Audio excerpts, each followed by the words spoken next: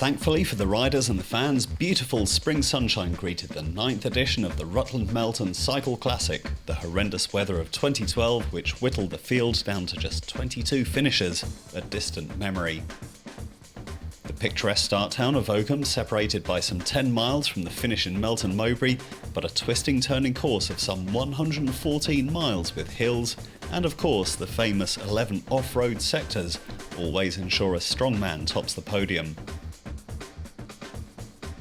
Most notable among those brave souls returning from the last edition was Frenchman Alex Blaine, the defending champion, appearing this year in the colours of Team Rally. Off-road sections really suits me because I guess I'm heavy and strong, so I can really stick my bike on the ground and use all my power on that kind of sectors. And the sectors like cobbles can make a big difference, like a proper climb. The newly formed Madison Genesis team was also a serious contender with riders of the calibre of Ian Bibby, not to mention the leadership of team manager Roger Hammond, a man who knows a thing or two about riding across the rough stuff.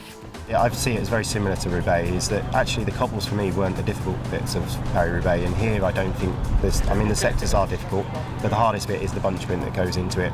So that's why, we've got riders that are quite good finishers in the team. The whole team are quite good at finishing. They're not pure sprinters, but they can all handle themselves in bunch sprint, because basically the better you are at that, the easier you can get to the front for the sectors and use less energy.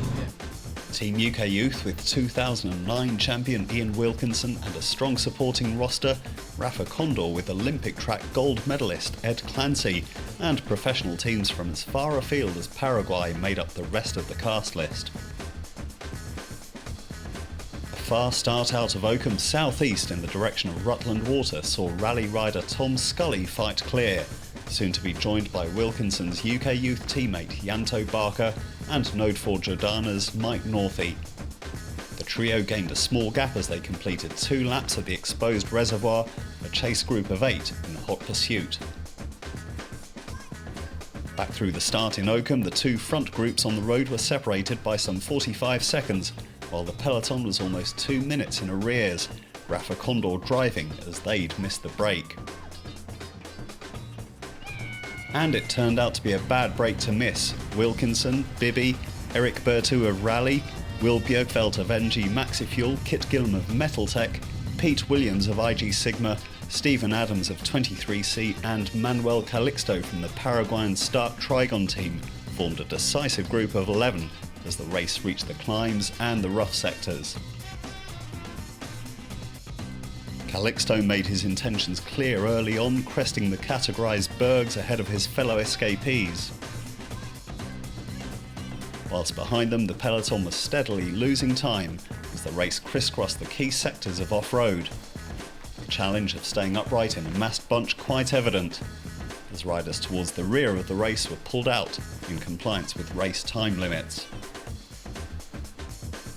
As the front group reached the finishing circuit around Melton Mowbray to be tackled twice this year, fatigue began to tell and the group was whittled down, most notably leaving only UK Youth with a numerical advantage, Barker and Wilson both playing the 1-2.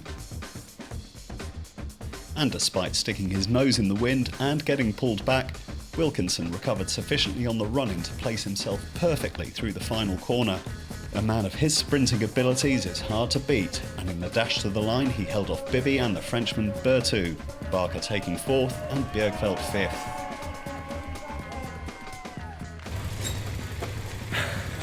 First rider to do it twice, that's a bike race.